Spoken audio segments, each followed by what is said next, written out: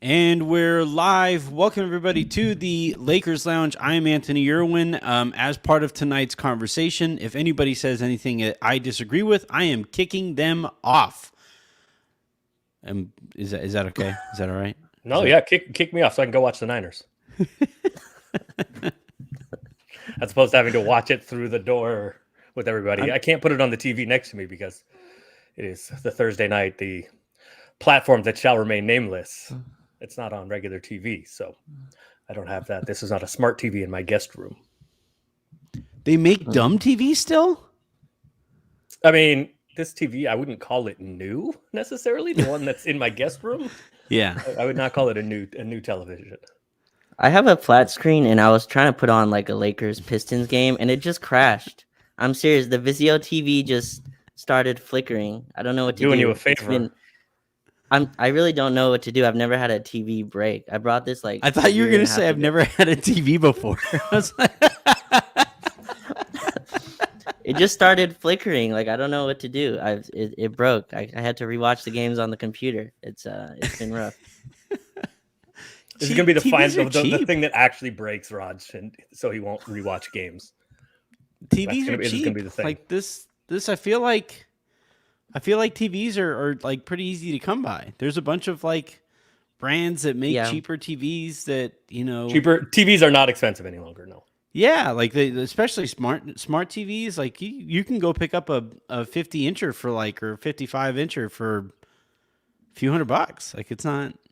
Yeah, but that's not even big enough for your foyer. So it's true. I did just I mounted, we used to have the two TVs in the living room and I put one TV out into the back patio so that Jen's piano can now go where the other TV was. I think I'm going to regret that because I already miss having two TVs, like a lot.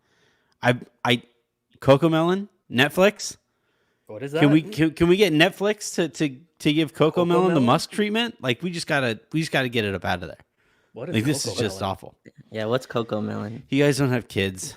People who have kids. People who scored it. I'm looking from the guest room into the living room. I think I can see it from here. It looks like George Kittle, I think. Yeah. Did I tell you guys how my fantasy playoffs? Well, so my Raj doesn't even know what fantasy football is. No, probably not. I've heard the words. I've heard the words together before. I needed to win either of my last two games to get into the playoffs. I thought I had it all figured out. Kyler Murray was my quarterback, so he had a bye 2 weeks ago, and then in that one I picked up Jimmy G because he had actually been playing well, like with those weapons. Jimmy G lasts like 5 minutes into the game, breaks his foot. And then and I wind up losing that matchup by like 5 points, despite not having a quarterback. And then the following week, Kyler Murray plays for like 33 seconds, and I lose that matchup by 5 points, despite not having a quarterback. It was just, I hate fantasy. I hate it. You know what? I actually hate fantasy football. I hate fantasy basketball. I'm in a fantasy basketball league. It's too much that Trudell runs, and it's every day. I do not enjoy it. 10 out of 10 do not recommend. I used to essentially like, because I used to be in a fantasy basketball one too, and had a pretty good team. It was a keeper league, and I picked up Anthony Davis like in his second year. So I had LeBron and Anthony Davis on my team, and it worked out pretty well. And I surrounded them with talent. I was able to pick up some guys who filled the other stats that I needed to fill, gave them space to be able to operate however they needed to. Mm-hmm. It turns out that's really not that difficult to do. I don't think is surround Anthony Davis and LeBron James with talent, right? That should be something that did you have a salary cap in your fantasy basketball league? I did not. No. You just had just a regular old draft, right? Just get whoever you want, just draft whoever's there. No, that was no, I mean, we had it was the auction draft. So like you did have a budget that you had to go in with, and how many teams? That was like 16 teams. It was a pretty deep. Pretty deep. That's pretty deep. Yeah. Yeah. Was it a good Half of it. prize at the end, or not really? Yeah, it was like $1,000 at the end of the season Oh, that I wound up it's winning. pretty good. So Yeah, Trudell has more bandwidth than anyone on planet Earth. Mike, get at me. I want in this league. You can have my team next year. I literally don't want to do it anymore. I did really, to be honest, I started last year and didn't want to do it again this year, but just didn't really do anything about it until it was too late. So I'm in it this year. I do not want to do it next year. You can have my team. You have to update the starters, right? Like every single day. Like Every you have day. No, Yeah, I you couldn't. you can set your starters at like the week that like that Sunday, and then like you Yeah. have to check But if in they're to see hurt, like yeah. You can, but the problem is it's not the way this league works. Is you only get there all these different positions, right? There's I think it's 2 centers, utility, right? There's so a it's forward, a power affiliated forward, with the a small Lakers. forward. So are you allowed to like have wings on your roster? Are you allowed? Like you is are, that- you are. Yeah, you're allowed to. Yeah, yeah. The problem though Is there a you height only get limit 80 on these rosters? there is. Yeah, there is. Yeah, there is. There's a total height limit. You only get 82 games at each position, so it's not like you just play all of your guys all the time, because then you run out by the time the year is over, you run out of spots, you run out of games. So yeah, it's not. I do not enjoy it. My team's okay. Brandon Ingram's been hurt a lot. Michael Porter Jr. is always hurt. Yeah, it's not. I don't. LeBron was hurt for a while. I have LeBron. LeBron was hurt for a while.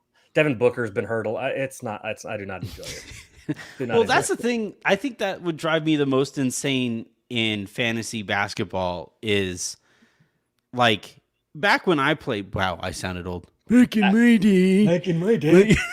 I sounded like Mitch Get off my Kupchak. lawn. Like I You're yelling. Old man yells at clouds. So like back when I was playing, like it was actually kind of predictable, like who was going to be available. There wasn't as much like resting and all of that stuff. Yeah. I think that by itself would knock me out of fantasy basketball. Like having to care about third string wings. Yeah. Which I do care about because the Lakers don't have a third string wing.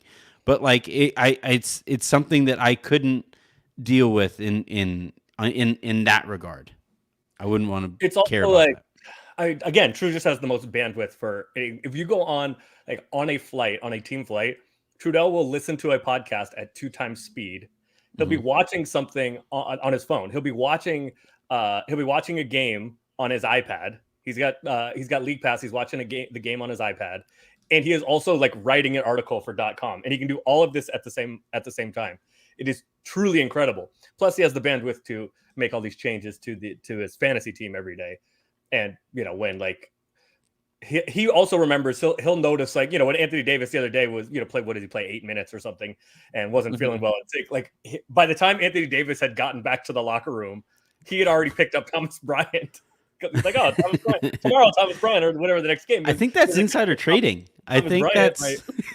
No, I mean, any of us He's could have going to done be it. sharing. He's going to be sharing a jail cell with Martha Stewart.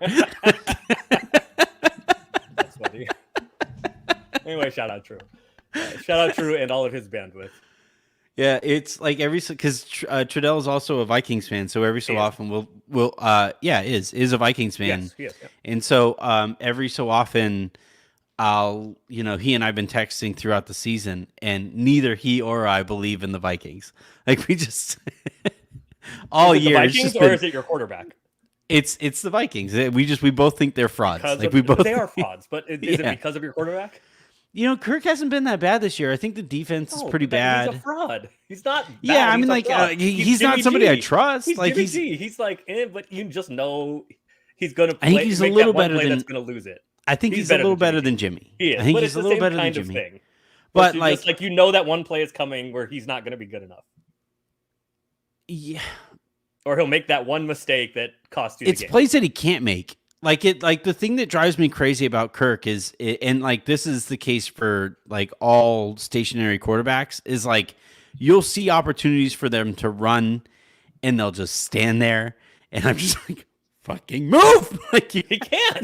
You have 350-pound people who can run 5 like He crazy can't. 40-yard dashes. He can't move. How are you just standing there? He can't move. And it's just crazy to me to like watch that, to think that is still involved in the NFL in any real way. But all right, we don't have you guys for as long as we normally do. Aaron has successfully taken 10 minutes of this show. We have I learned A a lot lot to about talk football. about. That was fun. I learned about the Vikings, Kirk Cousins. I learn new stuff every day. Raj is furiously Googling. What's funny is like people think this is a Wait, bit so is about Raj. like the actual Kirk good? Like, do they employ just his cousin? Like, what's like who's? This is not a bit. Like everybody thinks it's a bit about Raj. Raj doesn't like anything but Lakers basketball. He doesn't Yeah. like. Well, I think there's he nothing likes else on earth. basketball. I think Yeah, I mean he like, does like actually- basketball, but like you know. there's nothing else that it's not a bit. He just wants to like No. talk about basketball on the internet, watch Lakers games, and hang out. I at home. picture Like, I he picture doesn't do Raj's anything else. Raj, you live by yourself, right? Like you. I do, shockingly. Yeah. Okay, so I picture Raj's apartment like that meme. It's like, why does every man's room look like this? And it's like a lounge chair That's all. with Because a yeah, TV on like a box. yeah, Like, because that's all we this need. is how Right? I picture Raj living because he has no no other furniture. interest. He's like, and Raj is like secretly some like multi-billionaire Right, and who it's just just doesn't buy anything. Yeah. Like, he Absolute just squalor. All he wants to do He just is doesn't watch have it. is break down Lakers basketball and talk about it on the internet. It's like it's the only thing that Raj likes. yeah. I told like 3 people I was going to see South Bay, and I got why. I mean, what do you mean why? It's basketball. Actually, have you been? South Bay games are fun. Yeah. So I went to the UCLA one a couple times. Today it's in Ontario, so it's the Clippers home, Clippers G League home. Oh, you're going to a Clippers G League game. Yeah, but South Bay's playing, so it's Yeah, the Agua Caliente, is that what it is? yeah, Agua Caliente, yeah, in Ontario, Uh-huh. and on the Toyota Arena. So Mhm. I'm excited. I hope Max Christie is playing. You're gonna get the jersey swaps again, you know. The Raj Clipper jersey swap. They're gonna put Agua Caliente That's what I'm Raj saying. now. Completely coincidental. Yeah. All right. So we do actually have a lot to talk about here. Starting with the latest, we are now on December 15th, and the latest news regarding what the Lakers are potentially thinking about doing. I think there's a positive way to look at this, and I think there's a negative way to look at this. Raj, I'll let you choose which direction we at least start in. Let's start positive. Yeah, let's go in that direction. I'm joined now by the Agua Caliente Clippers. Raj, brought to you by the Agua Caliente Clippers. Raj, how heartbroken were you at the Clipper Darrell news and footage? Oh man, it's crazy. When I was at like game 6, he was like a few rows next to me and absolutely screaming stuff. So I've had the Clipper Darrell experience where he's been close. Not saying I see why that happened, but I've been near Clipper. There you go. Violence is never the answer. No, of course not. Of course Except when not. it is. However, No. Yeah, don't fuck with knows, whatever security guards. That was whatever clearly the a security context guard. is Like or that whatever, guy's. yeah, who knows? There's 3 other people standing there in the same T-shirt. This person, and I just know that Clipper Darrell was sitting there. It's like, do you know who I am? Do you know who I am? Trying to get by the security guard, and the security guard snapped. I can't blame him. I can't say I blame him. Well, it did look like Clipper Darrell put his hands on him, the security guard, Yeah. first, or took a swipe at him or something. But I mean, still, that's It's that guy's job. it's I mean, it's like the best day of his career. I gotta be honest though. That's like, the people are like, if you work wherever you work, it doesn't matter, right? Like, if we work at a convenience store, or you work at Best Buy, or you work at McDonald's, or you work anywhere, right? That like has a product. I don't give a shit. Like, if you come in and rob my store, like, it's my job. I don't care what. Like, I'm not getting myself busted up over somebody else's something that they have insurance for, right? Like, look, that guy didn't get busted up, man. No, I know, but like my point is, I think why is in he that taking it case so he's sorry- like, I'm so very seriously? happy to bust this dude up. I know, which makes me think there was some kind of like something said or some history, because he looked Yeah. ready to do again, I know it's his job, but like if Clipper Darrell really like wants to go somewhere else, like go past him, like you can't, man. No. But when he like pushes on you, I'm like, all right, man, whatever. I'll let somebody else deal with that. Like, I don't. The dude got arrested, I believe. Like, I don't need to get arrested for knocking out Clipper Darrell in the Look. after a Clipper game at at crypto.com arena. Like I don't need that in my life. Again, if I got arrested for knocking out Clipper Darrell, I think I'd put that on my profile. Like that I believe. Yeah, that would put on my, I put that on my resume. Would the video of that replace the video your Euro stumble or whatever it's called? It's way more impressive. It's significantly more impressive than my Euro stumble video. But yeah, Raj, which direction do you want to go? Optimistic or pessimistic on the reaction to the news cycle to this point? I mean, I would like to lean optimistic. I think it's been the same stuff. It was pretty predictable to me, the stuff that was going to come out, the Kuzma stuff, the Evan Fournier stuff. I mean, to me, this is like day one of like a really long stretch. I know we've been talking trades and stuff for a long time, but this is like when the bell rings, like when you barely get to start the discussion, and we're going to get all the lies, truths, whatever come from this. So I don't know. We're 11-16. I think it's go time. I think, the Sam Amick, was it Sam Amick who put out the Russell Westbrook is unlikely to get moved? Was that him who put that out? Yep, that was Amick. Yeah. Yep.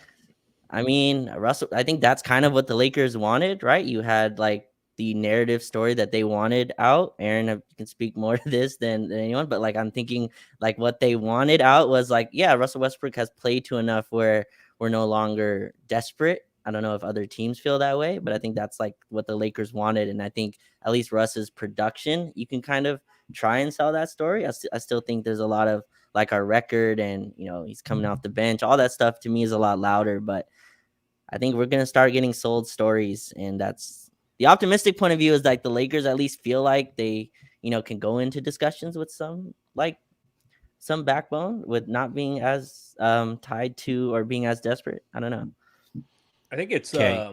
I think the Russ. Let's really quickly fill people in on the actual news cycle today. So, like you said, Raj, Sam Amick comes out with the piece saying that Russell Westbrook is now considered unlikely to be moved because of the way that he has played to this point. We also have heard that the Lakers are interested in Evan Fournier, and that the Knicks are trying to attach Cam Reddish to Fournier instead of draft compensation. Which is interesting also. We've also heard now a few times over that the Lakers are in on Bojan Bogdanovic, and they have been in on him since he was with the Utah Jazz. And I think interestingly here also are the names that haven't come up, and it seems like their conversations with Indiana have really stalled out. Those names did not come up at all in this most recent news cycle, and I think that's worth noting. They are apparently still waiting for DeMar DeRozan to potentially become available, and they did call apparently to check in on Kyle Kuzma and his availability. I think the positive way to look at this is that the type of players that they are in on, right? They clearly understand that they have a need at the wing. And so I think that was the positive way to look at it. The negative way I think to look at it is, I mean, none of the names that were attached to the Lakers today were not available before December 15th. So waiting to this point has been just putting this roster in a tougher spot. It's almost like their approach to the season in terms of building the roster and then adjusting it is very much like a coach who starts a really bad starting lineup and then expects the team to kind of make up for it over the course of the game. This team starts with a pretty poor roster, I think, at the beginning of the year, and now is waiting potentially too long to adjust to the needs of that roster. And I think that's, it's putting on a lot of extra wear and tear, I think, on LeBron and on Anthony Davis that really concerns me. Like I was hoping to hear one new name today, a new name who wasn't available before today. We didn't get that. That was not something that came up. And now we're finding out that Russell Westbrook is now considered unlikely to be moved. It could be posturing, but given how unwilling the Lakers have been to move Russell Westbrook, seeing as he's still on the roster, might not be posturing. They might actually feel that way. So I think the Russ conversation is an interesting one, Aaron, and I think this is where, because you can't quite chime in on the specific names of all of this, but I do think the Russ conversation is an interesting one because I think people are conflating him being better than last year with him being actually good. And I think and actually like worth having at $47 million coming off of your bench and not being particularly trustworthy in clutch moments with those lineups. I know that I can come off as harsh when it comes to Russell Westbrook, but do you think that's an oversimplification on my part, or do you think there is value on keeping him on the roster playing this role? I think there is. I think you're right that he is much better. He has been much better, just period. And his role fits much better this year than it did last year. There should be a but. But I also agree. But I also agree that like he still hasn't been good. He's been better. He hasn't been good. Yeah. But I do think there is. So part of it is one of the interesting parts of it is the relative value of him to the Lakers versus somebody, team, whatever. And Raj mentioned earlier that, maybe there's a reluctance, other teams might be more willing because he's played better. And I don't think that's the case. I don't think any team that's going to trade for Russ is trading for Russ the player. They're trading for the contract, right? Correct. So At the least fact that he's initially, been better, some team is interested in Russ the player now. I think more teams are interested in Russ the player now, but they're interested in Russ the buyout player than they are the player that they would the $47 million. But that for the sake of the potential trade doesn't matter. Somebody trading, there are teams that are interested in Russell Westbrook the player. There are not teams that are trading for Russell Westbrook because they want Russell Westbrook the player at his current contract. Because a winning team doesn't have $47 million of salary they can give up, right? That's kind of the thinking there. Some may, but they're not going to. Some may, but they're not going to. Not for that. I mean, not for Russell Westbrook, right? Yeah. I mean, there are teams like, say, Philadelphia, who's good, who has, a pretty big albatross contract. Also, he's a better player than Russ. But I mean, there are teams that are winning that have big salaries that they would be willing to move. I would say, for example, the Brooklyn Nets have a pretty big salary that they would be willing to move, right? So those things do exist. And by the way, Brooklyn's a winning team at this point. Yeah, they're winning. So I think that's part of it with Russ. Russ the player has more value to the Lakers than he does other places. Does that mean that Russ can't be traded or shouldn't be traded because he's been good? No. But one thing that the Lakers, despite the fact that they have a million guards, one of the things that they do not have is a bunch of playmaking. And so I'm not suggesting that you shouldn't trade Russ because that's not my position. But it is not like how Anthony has described it. And I'm not saying he does this year, but how he has in the past, where just like get anything, just get him out of here, or even sending him home kind of thing is more valuable than Russ being here. There is something to replace. If Russ is traded, there are guys like Dennis Schroeder can go get buckets, right? He's fine. Anthony Davis can a little bit, fine, but there are not guys that get buckets for other people. Russ does, for all of his flaws, does make the game easier for LeBron and for AD by getting them easier baskets. So I think that is something that needs to be replaced. Yes, I don't necessarily agree regarding LeBron. Okay, yeah, I mean it is more AD, but yes, he makes the game. His creation makes the game easier for other people. And again, despite the fact that they have a bunch of ball handlers and a bunch of guards, those are not guys that generally create. Like Patrick Beverley's not creating for anybody else, really. Patrick Beverley's not doing a lot of anything offensively right now, but he is not. But his game is not one where he's like known as. I think the only thing he's created so far is content for a Boston sports site, right? Like that's it. And about the Indiana part of it is all of this is a moving target, and Chicago, all of it. It's a moving target, right? Charlotte, it's a moving target. All of these trades, they're all moving targets. Indiana's like, yeah, you're saying those guys aren't being mentioned now. Those guys are winning. Indiana's a good basketball team and doesn't look like they want to tank. We all thought that they were going to be trying to tank, and it doesn't look like it. So there are always teams that are better than you think, right? Like Utah has been better than everybody thought. It's even pretty though they've shit come back luck to that earth. all of the teams that the Lakers were yeah, hoping right. would have bad years have been better than they thought. Yeah, Like, sure. I mean, every single no, one that's of not them. true because like Chicago, who you mentioned as a Yeah, potential but like partner, is they bad. haven't had such a bad season that They have. no, but it had I don't know. I don't know that they're willing to admit it yet, but they should have blown it up anyway. And they have had a bad enough season that just based on this season, but they I should think be going I in a think different direction. I'm also really concerned, as I told you guys in Slack. I'm like long term concerned about Lonzo. Yeah. And if he can ever be himself again, I think something came out today saying he might not play again this year, which was already my suspicion. Yeah. I think this is like a potentially like career threatening thing for him. He's 25, man. If you include that in the rest of it, I think Chicago should be blowing it up.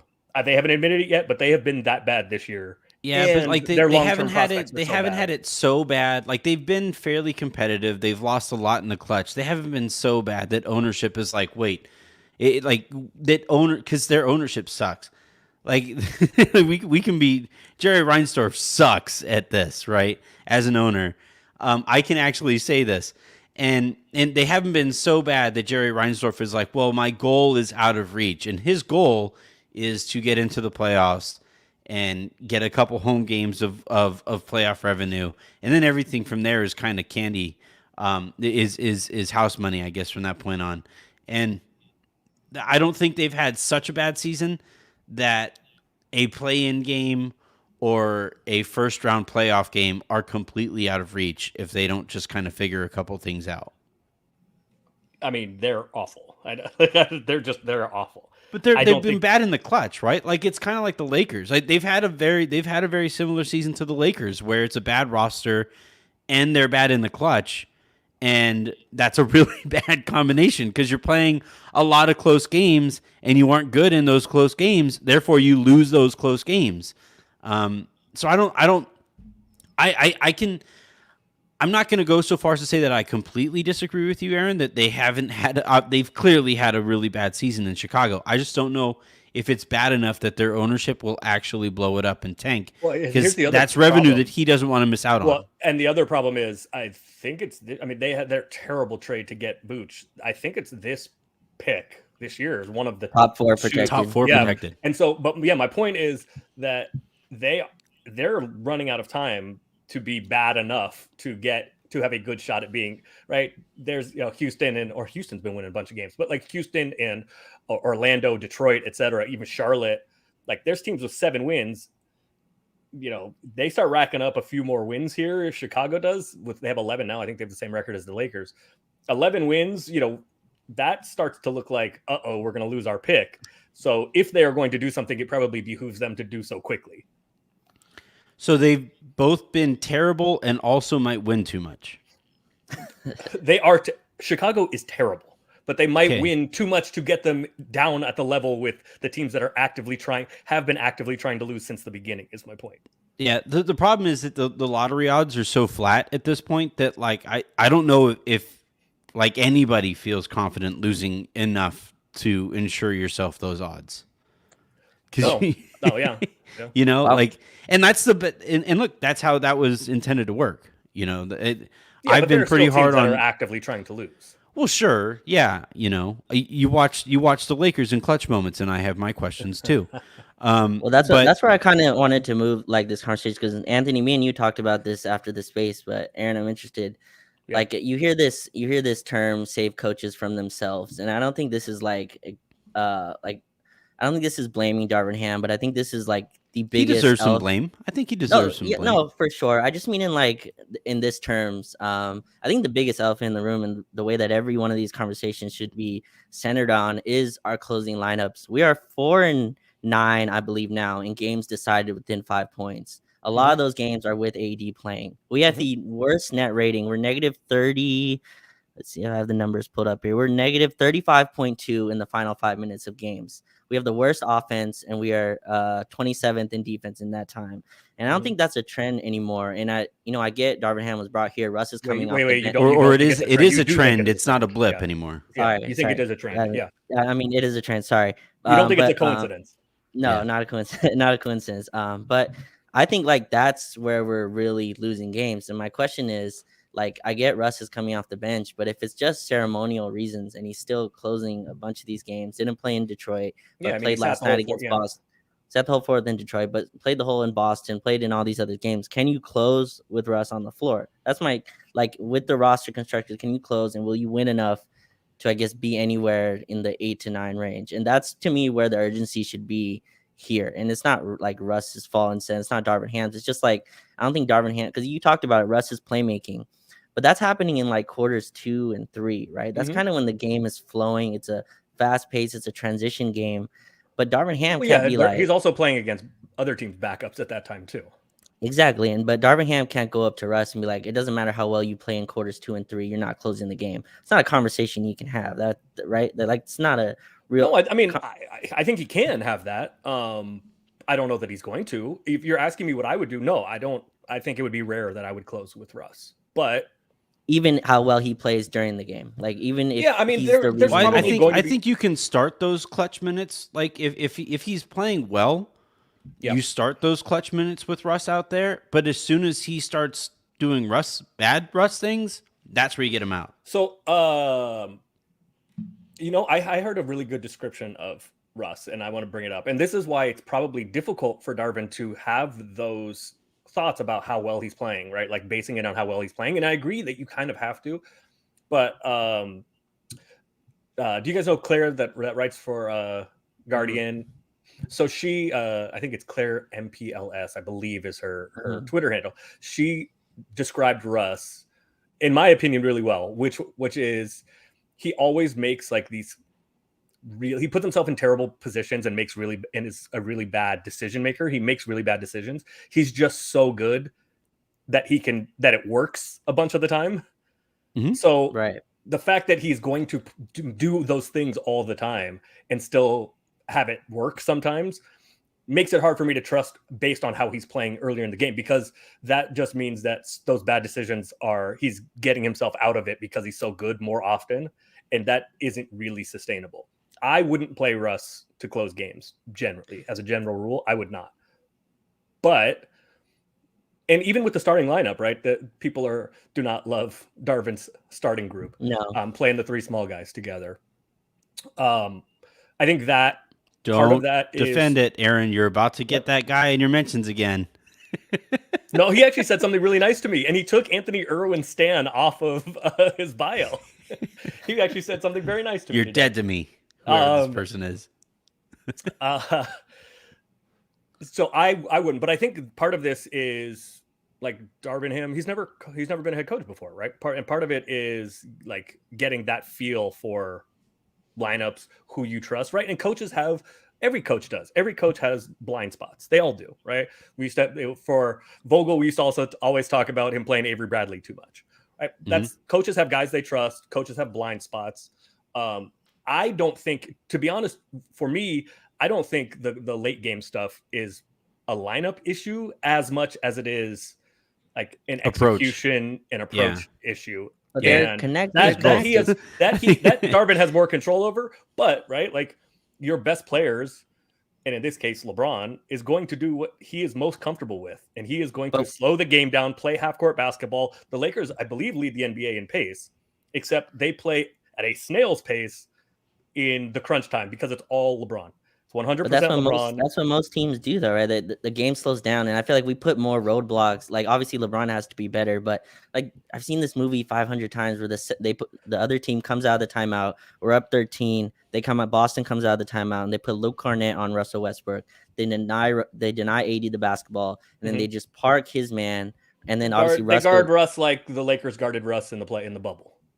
Exactly. Yes. Yeah. Plus, we don't have the requisite shooting either that Houston did or other teams do. So if it's like Patrick Beverley out there or whoever next to it, it's not enough to create. I just think like we're making life a lot harder, and that's where I think like where our games are being lost. And I get the starting lineup sucks too, but I think like that's the question to answer here, because I think the difference though is that yes, other teams the game slows down in the fourth quarter. Yeah. And LeBron is incredible at it, and he's going to have the ball the whole time and make all the decisions. The difference, though, I think, is we are seeing some like erosion of LeBron, right? He's in this fucking 37, 38. It's year 20. I mean, like, and it's like a little, he's still damn good, but there's like Yeah. little bits of chipping away. Plus, he's playing a lot of minutes. So later in the game, he's going to be more tired, even though he's an alien.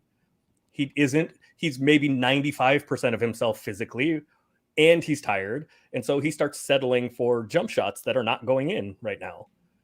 So I think that devolvement of the offense is the bigger problem than, because the Lakers offense in general is, I mean, it's not great, but it's been trending up considerably recently.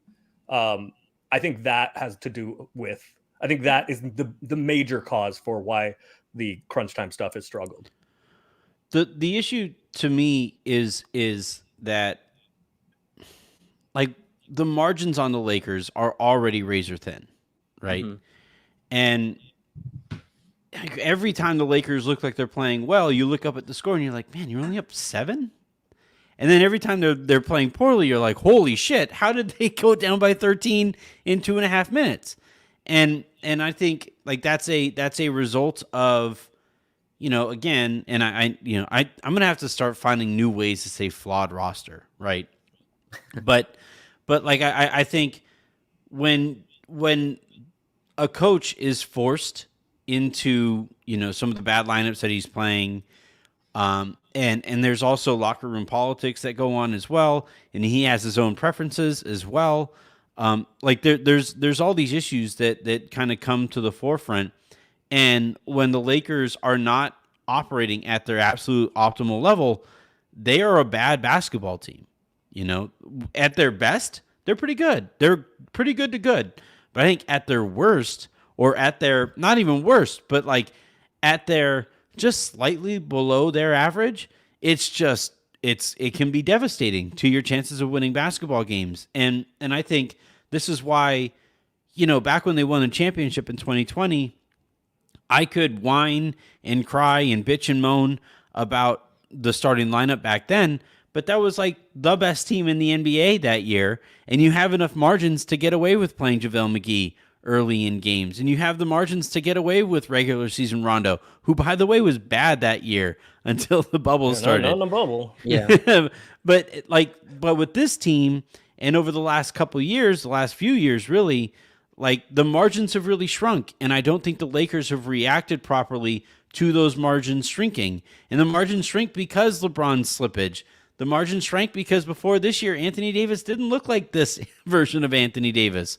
And you know, starting slowly, night in, night out, is one way that you put tension on those margins. And the flawed approach to clutch moments where they slow the game down and they oversimplify the game, that also shrinks those margins. And I think the Lakers keep hitting that tipping point, and 16 games so far this season, or how would you say they were 4-9 in yeah. So nine times this season, the Lakers have had those margins overcome. They've outshot their margins. And, you know, this is why, you know, at the beginning of the year or heading into the year, I wanted them to make a trade that would expand those margins, because of course a rookie head coach would fuck up. Like, that's what they do. Of course, like that's how this works. A rookie head coach, no matter how impressive, and impressive is one of the more, Darvin Ham is one of the more impressive rookie head coaches that have come along. But he's going to make rookie mistakes. And I think, you know, this is where a more experienced front office would equip the head coach with the ability to make some of those mistakes and learn on the job. But this front office hasn't, you know, and this front office lacks that experience. And I think this is where, you know, not making the trade heading into the season has really affected the Lakers season to this point. I don't, and the more that they wait, the more difficult that these, because the teams are going to get better over the course of the year. So the longer that the Lakers wait to actually expand their margins, the more often they're going to wind up on the wrong end of these close games. Well, I mean, you said it was a rookie head coach, but I mean, you know, Frank Vogel wasn't a rookie head coach last year, and he also had to play, or didn't have to, or how, I don't know how the specifics were worked out, but closed with Russ pretty much every single time last year as well. I just think like it's a tough thing to have. I know the team is different and all that this year. I still like I'm watching the same movie even from last year. It's the same thing, and just conceptually it just makes sense. Like you have no other off ball threat, so he's the on ball guy, and that's the guy the offense runs through. And I hate picking on him because I think we've talked about this all year. Russ is 4 for 19 in clutch situations this year, and I believe 18 of those are jump shots. So like I feel like I've seen this so many times, and I think that's where the team has to decide what it's doing. And I like the Bogdanovich. I think he'd be a great fit. I think Chris Haynes reported we offered an a protected first. I don't know how protected that was, but I think we offered something like that for Bogdanovich. I think that would be kind of my answer. But yeah, I think like I've seen this last year as well. Even with Ham being a rookie head coach, like I think Vogel had the same situation, which is why I think something should have been done in the summer. But and this is where with Russ, this is where I do think there is still potential value in just sending him home. He has been good by his standards, and he's been better than last year.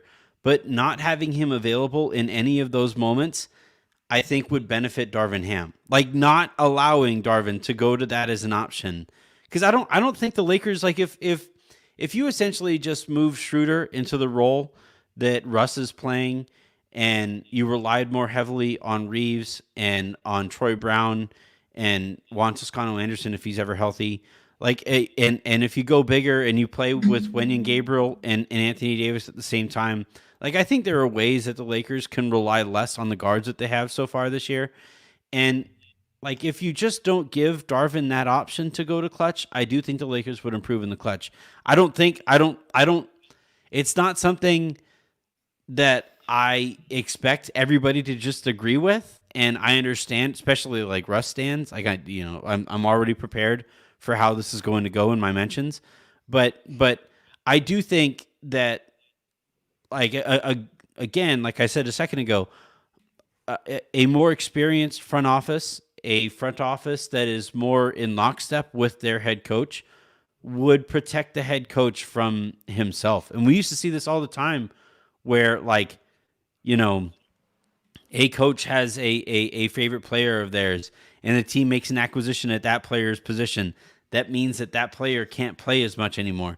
And it's just been forever since we've seen that, and it's something that frankly the Lakers kind of miss here. And like again, it's cool that Russ has been playing the way that he has. It's cool that he's accepted this role and all of that stuff. But the Lakers are still 11-16. We can't act as if like everything is great. Like that dynamic piece today, I was just sitting. He used the example of Russ, like he got back on defense and he blocked Jaylen Brown, and the fan said, "Good job, Russ." And you're like, yeah, but you ignored the fact that on the play before that, it was a 3-on-1 fast break that he lobbed the ball to nobody, and Marcus Smart stole it, got the ball up to Jaylen Brown, and Russ had to go up and make up for the mistake. Like the bar is so low for Russ that I feel like we've made it so that he can be a subpar NBA player at $47 million, and that's okay. And that's how you arrive at 11-16. That's how that happens. No, it's not okay, but he's not. I mean, he's like the Lakers, I don't know, 5th best player, something like that. I think that's fungible. Like I think that's okay. Fine. I think you can find it like within the Lakers' own. You could find within the Lakers' own roster a 5th best player who you don't worry about doing those Russ things in the clutch. No, again, I vehemently disagree with sending him home. Okay, the Lakers aren't good. That's enough. fine. The Lakers just aren't like not good enough. The Lakers don't have enough talent to. We don't get to the clutch situation, right? In that situation. Now, I do agree with. I don't think Russ should be playing in the clutch generally. I also don't think that I think it's not like a pet thing for Darvin. That I think Darvin does believe that he is giving the team the best chance to win in the clutch. I disagree. But this is the guy who had that difficult conversation. Russ, you're coming off the bench. So I don't think it's that Darvin is unwilling to not play Russ. I mean, again, he sat him for the whole 4th quarter, 2 games ago. So I do think, Anthony, your point about margin is a good one. And this is where I agree, or this is one of the areas that I think the lack of shooting really hurts the Lakers, because shooting Every is game what is a math problem. Every game. shooting, but it's also the margin. It's about like the shocking. You were saying like, oh, the Lakers are playing well, and you look up and they're only up 7, or the Lakers are playing not that well, and you're like, damn, down 12. It's because they're not making those jump shots that end runs or like cause runs, right? The ones that really like get the building going, those dagger threes. The Lakers Put just them don't away. make. Yeah. They're just not making those, and that's what that's when you're like, damn, they're playing well. Okay, good shots, but the shots aren't going in. That's what gives you a 7-point lead instead of a 15-point lead, especially at home, right? Those are the ones that can like break the will of the opposition, right? Famously, like the Warriors, the third quarter, they just come out and, make 8 threes in the quarter and chase now. But Oracle used to just like the roof would blow off the place and the other team just goes like, we have no chance here. Every team has those runs. There are points in just about every game for both teams where there's that run that's building and building and building. And it's not always, but very often it's a 3 or 2 that you have a couple open ones. And those are the ones that really like extend your margin. Those are the ones that, again, take it from a 7-point lead to a 13-point lead and force the other team to call a timeout. So I think that is even probably more so than the spacing issue, which is an issue. And by the way, even if the Lakers get some of these shooters that you guys are talking about, there's still going to be a spacing issue because everybody is going to be more afraid about LeBron and AD. So they are they will have more room to operate, but they are not going to have enough room to operate unless you get, a couple real shooters that everybody is terrified for, 5 alarm fire kind of guys.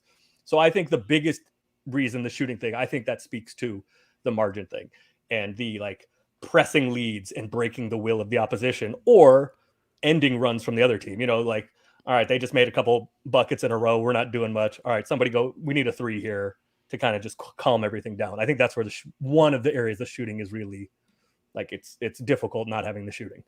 All right, last thing before we get out of here, regarding this, the today's news, I think the thing that made me feel the most uneasy, and this is an anonymous report here from Sam Amick. But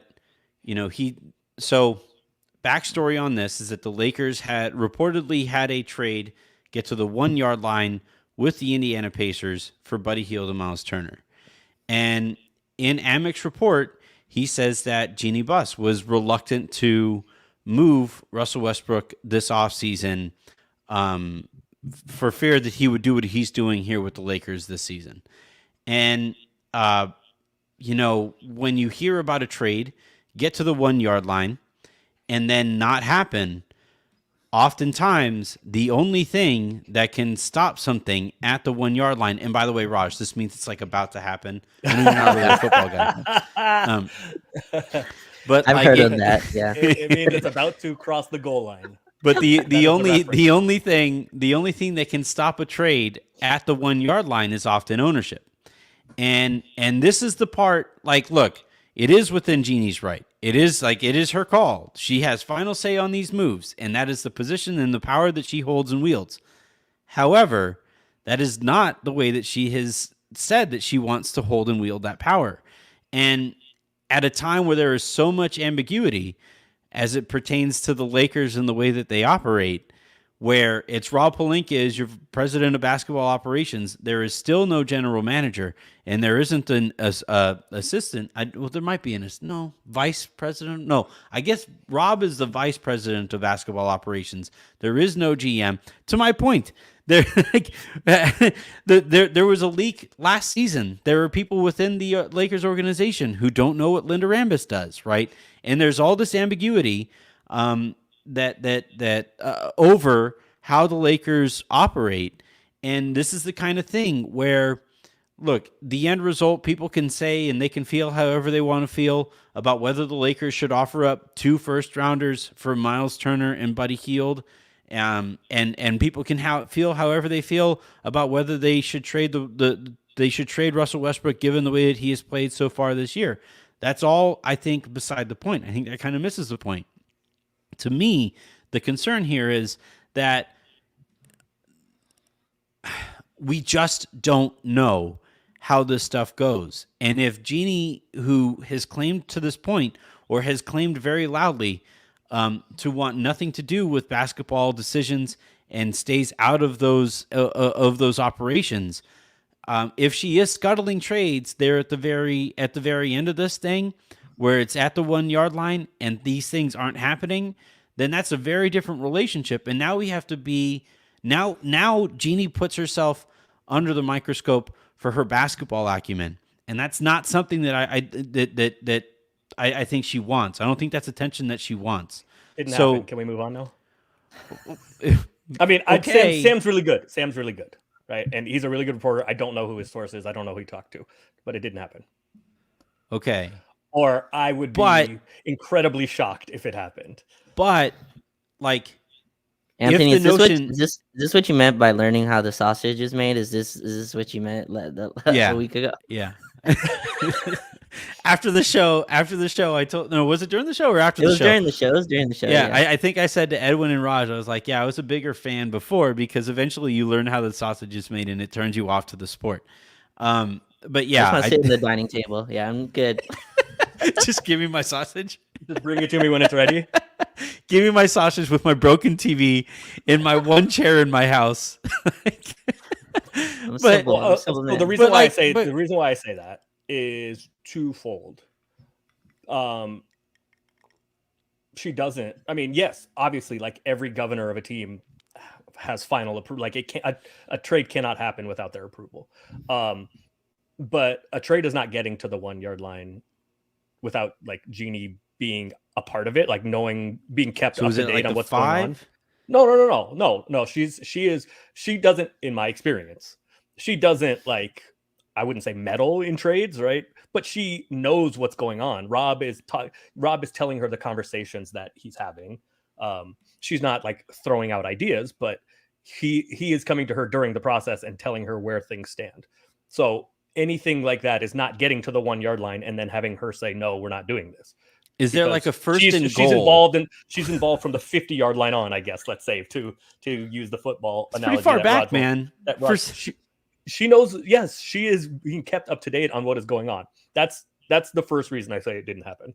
The other reason I'm saying it didn't happen is because if a trade gets to the 1 yard line, 95% of the time I'm going to know about it. And I was aware of Well, but, like, discussions you with also- Indiana. I was You aware of also discussions didn't know with that Indiana. Matt Ryan was about to get waived. Yeah, because that's not like a real thing. That's not like a big, like, that's not something that How dare there's you. going to be a bunch of collaboration. He on. led the Minnesota Timberwolves in plus minus the other night. Did he Aaron, really? Has he been, I has don't he know, been playing maybe. well? I think Harrison told me that, but I think that was one of those things that Aaron tells me to, or Harrison tells me specifically to get me to go full Joker. Like I Oh. think that, Oh, yeah. like, Okay. yeah, No, there are things that I don't know about before they happen, but like the major stuff, I usually have been, I usually have a good sense of what's going on, at least during parts of it. And I do not know of any Lakers Indiana trade that got anywhere near the 1 yard line in the offseason. Or in the paint, basketball, or like just Yes, I do not know of any. I do not know of any. Was it in the trade that got restricted in the area? restricted area, right? It was- yeah. Jeannie's in there in the charge circle. What you saying? She's taking a charge to trying to take a charge to she kill the slid deal? over, got her feet down, and that ended the Yeah, trade. the ref was pointing down. You're in the circle. But yeah, I mean, all right, and that's fine. I'm not saying that Yeah, what you're saying is not true. and again, like Sam's but a good reporter. but one, it's extremely well reported, like Sam's a good from reporter. multiple reporters that it got that far. So maybe it's coming What from do you- Indiana, well, I- whatever. And multiple that- reporters have said that. that it got to the 1 yard line. Yeah, Okay. I've heard multiple reporters use that phrase. I haven't two, seen that. Okay, but like even beyond the specifics of this one, right? Mhm. To me, it's the issue of the ambiguity that drives me bonkers. Is Mhm. like there is no, and I don't know if this is by design so that there are people who don't get held to account, but because of how now see, I said ambiguity Ambiguous? so often. I said Ambiguous? ambiguity so often, and you have to emphasize like different parts of the word. But because of how ambiguous this situation is, there's just never any telling where any of these conversations are and who gets held to account Of course, when no, no, no, you no, no, have a no, no. roster as That's bad as not this team true. is. That's not true. They have told you. They have told you. You may not like the answer, or you may disagree, but they have told you. Jeannie tells you what she is a part of and what she isn't. No, Rob has told but you this he's isn't even like responsible for this isn't everything. specific to Jeannie though. This is again, the Lakers don't employ a general manager. Like Rob is in they charge don't of have all one. basketball decisions. I mean, But that's the thing though, is that like he's in charge of basketball decisions, and then according based on the stuff that is reported and that I know, he makes he compiles information on a basketball decision, takes it to this inner circle, and they talk things out. And apparently that inner circle has now expanded to include Jesse and Joey Buss, and they're more involved now. And it's just like this and Jeannie likes to say that it's this collaborative thing, but that's not how these things typically work. And when you see an organization, hold on. Why do you say that? because of what I know about other teams. No, that is how. I mean, there may be more people in different positions, but that is exactly how these things work. The general manager, whoever's the lead decision maker, they talk through ideas. They go make the calls, get the deal in place, and during the process, they come. There and are talk to fewer the other people at the top of this, is what Okay. I'm saying. Okay, that is fair. There are more people. Like the triangle usually goes. Let's see. I got to do this because it's like mirrored. But like usually the triangle it's fat at the bottom and it narrows on the way up. Right? It's my body type. It's fat at the bottom and it narrows on the way up. But like This isosceles triangle. well, this is like an inverted triangle, right? Where you have Rob, your singular decision maker, apparently, who now takes it to a bigger and expanded triangle at the top, and or I guess base at the top. And the thing with these inverted triangles is that they tend to topple over, like they aren't very stable. And I just if it was working, I wouldn't have any questions. If the Lakers were good, no problem here. But the Lakers are coming off of their most frustrating season in franchise history last year, and they're 11-16 right now. There are clear needs on this roster, and the Lakers are kicking the can down the road because of what appears to be paralysis by analysis. And again, wouldn't have a problem if that was if they were good, if things were operating smoothly. But I don't think they are. And this is where, like a report today, calls into further question the actual path that gets you from point A to point B, or the 50-yard line to the 1-yard line, or I guess the 3-point line or half court to the restricted area. And at some point we aren't owed anything, by the way. We aren't owed any kind of explanation on this. And there are plenty of organizations who run fine that don't offer that kind of transparency. But if there are, if there are, whether it's shareholders or invested parties who have questions because an organization isn't operating at its optimal level, then those questions tend to get answered. And I'm not saying I'm important enough to have them, or fans are important. Your typical Joe Blow fan is important enough to have them. But we have not gotten anything in the midst of this really frustrating run. And to get a report like this today, again, it just kind of highlights like, all right, yeah, I'm just throwing my hands up. I don't know how this is working. I don't know. But they've answered it very plainly. Rob has told you he's in charge of basketball, and Jeannie runs the whole thing. She stays out of basketball and just gives final approval. Right. They told you But that. You may not like the answer, but that's the answer. But that's not the answer, though. Aaron, you just said it a second ago. It goes to this like inner circle that is more involved, Yes, that has more people in it than with most. Yes, there are people that are consulted. Rob makes the final decision, and Jeannie sometimes like Magic stops by, and sometimes it's Phil, and it's just like I don't know, man. Like again, if it was running smoothly, I wouldn't have a problem with it, And I also I do want to say a couple things here that I think are important to point out. One, as it pertains to Aaron, he offers context. He doesn't always agree with what the Lakers are doing, but he's offering context on what goes into those decisions. Two, I think some of the mentions that I get as it pertains to Jeannie, like when she reacted to what's the NFL.com, I think he has a Sirius show, Used to be on ESPN. NFL.com has a serious show. Oh, I wouldn't have that answer. For sure. NFL.com or NBA? yeah.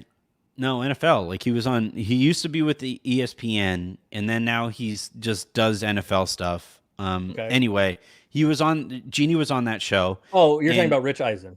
Thank you. Yeah, thank you. So Rich Eisen asks about the inner circle, and Jeannie Buss, implied that sexism is involved anytime you ask about that inner circle or about Lena Rambis or so on and so forth.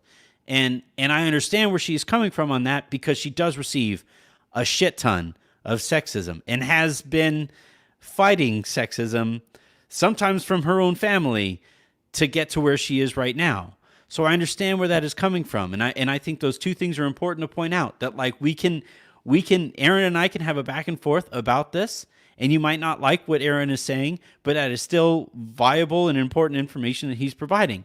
And I think Jeannie can run a questionable organization without my opinion on her running of that organization dipping into sexism. And I think all of this, I don't know, I want the Lakers to run better because I want to root for Jeannie. I want the Lakers to run better selfishly because I like the Lakers. And I want the Lakers to run better because I think they're capable of it. I don't think what they're asked to, what the front office has to do this year is that difficult. You have like $60 million in expiring contracts and 2 first-round picks. That's something like all you need to do is find a couple wings. That shouldn't be like this earth-shattering task that it apparently is. And there's more to take into account there, and that is an oversimplification. But that is still where the frustration comes from the fans. And I can't necessarily blame the fans for that frustration before and right up until the point that it dips into ad hominem attacks of my buddy Aaron and of Hey man, it comes with the territory. Yeah, no, I think there's that what you're saying is fair. I just think it's important to provide the context. And you're right, I often don't agree with things that happen. I make that known plenty of times within, the whatever circle I'm a part of. I tell people the truth, what I think of what moves should be made, shouldn't be made, etc. I'll say it here. I disagreed with trading for Russ to begin with. I also disagreed with the proposed Buddy Hield trade, for Kuz and all of that. I disagreed with both of them. And he was just Kuz, Trez, and a first, right? Yep. Yeah, that's right. Yeah. Kept KCP. I disagreed with that. I think I would have done that. So compared to compared to how things have gone since. No, but given the alternative, I think I would have preferred that. I do. I sometimes can come across here as like a Lakers homer and a Lakers apologist. Propagandist. I didn't say that. That's just what people are saying. Yeah, that's fine. Yeah. Part of that is because I think often you take one side so aggressively that I want to push back against that. But it doesn't mean that I disagree with everything that you're saying. And I understand why fans are frustrated. And you will never catch me telling a fan how to fan. As long as you're not again, saying anything sexist or racist or homophobic or anything like that. I don't boo, yell, talk shit to players on the other team, get on Twitter and say whatever you want to say. As long as, there's a level of decency, fans can fan it however they want. And I understand the frustration. I think you're saying just go get a couple wings is an oversimplification. It is not that easy, but you are correct that obviously is a place of need. And one of the reasons it's not that simple is because there's an opportunity cost to it, right?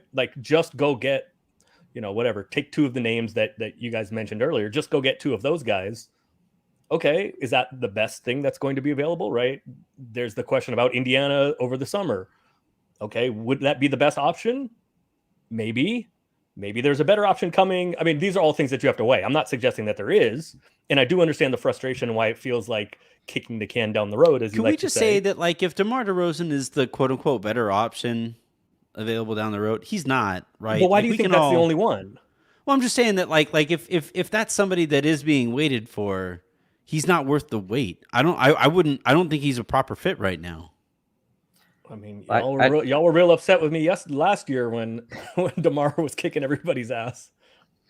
Well, Yeah, I gotta but run. I yeah. gotta run to go watch Scottie Pippen Jr. and Max Christie. Go watch your Agua Caliente Clippers. Yeah. But last thing I'll say, because that was fun to listen to you both go back again. I just got a peek into the kitchen. I was like, "Oh, it's kind of hot in there." Rod is like, man, I just want to break down pick and roll Let me go watch just some down screens or something.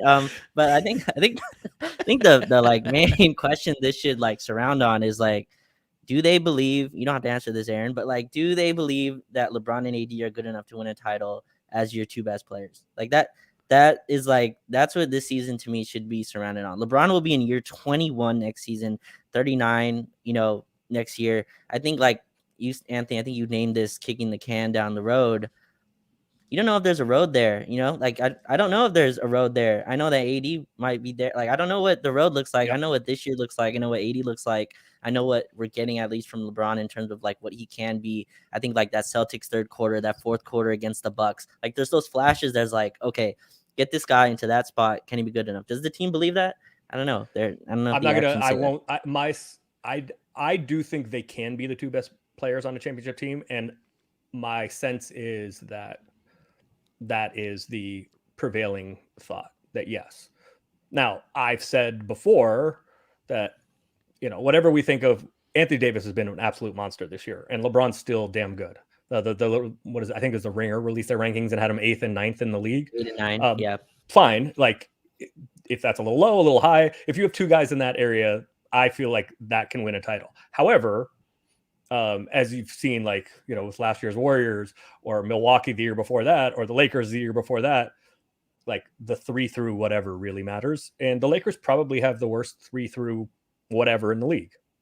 The 3 through 10 or whatever is probably the worst in the league. If only they had the assets to go out and fix that, though. Okay, sure, but it is what it is right now. So that adds like some context. Also, it's not quite as simple as just, are those two guys good enough to win the title? I think they are. I think the rest of the people that matter agree with that. But there's a lot of work that has to be done behind them too. And from what I have seen, again, that has been available, or I've heard about that's been available, I don't think there is anything that has gotten to the level of worth both picks. It doesn't mean there haven't been multiple deals, one pick here, one pick there, that I don't think would be useful, but yeah, 2 for anybody. I don't think there's any deal out there that gets them to the level with whatever you think the inner circle of contenders is. Yeah. Will there be? Maybe. I don't know. And it is fair to say, well, too fucking bad, go get better. Yeah, it might be that's too a different late, threshold right? for everybody. It might be too late by the time you find the good trade. It might be. All right. Well, on that high note, that's going to but that's going to do it. I mean, right? The Western Conference is like worse mid. It's worse than we thought it was going to be. Also, right? So like, yeah. And now Steph is hurt. The Lakers have kind of sucked, right? I think by the time Steph comes back, I suspect the Lakers will have passed them. Okay. I think the Warriors are 10th, and I think the Warriors are 10th, the Wolves are 11th, and the Lakers and Thunder are tied for 12th and 13th. I suspect the Lakers and Wolves will both pass the Warriors by the time Steph is back. They are brutal without him and can't win on the road with him. So I think the Warriors are in some trouble. Wolves and there's nobody else like the Warriors. I mean, the Lakers are pretty brutal. What, 2 games or 2.5 games out of, like, it's not too late yet. Yeah. Because the West sucks. The West sucks. Well, the top of the East sucks too. The Lakers just beat Milwaukee and took Boston to overtime. As built, as currently constructed. This idea that the Lakers are so far off, it takes a miracle to get into title contention, I flatly disagree with. I will disagree with that till my dying day, which might be tonight because Aaron is killing me. Wait, what? That's going to do it, though, for this episode of the Lakers Lounge. We got to let Raj get off and root for his Clippers. Until next week, though. Who are you hoping to see on the Agua Caliente Clippers? Steve Ballmer. Like, he just, he walks in, he's got his... I've seen Brandon Boston a couple times already. Yeah. He's smooth. So you're complimenting people named Boston who play for the... All right, man, we got to go. We got to get out of here.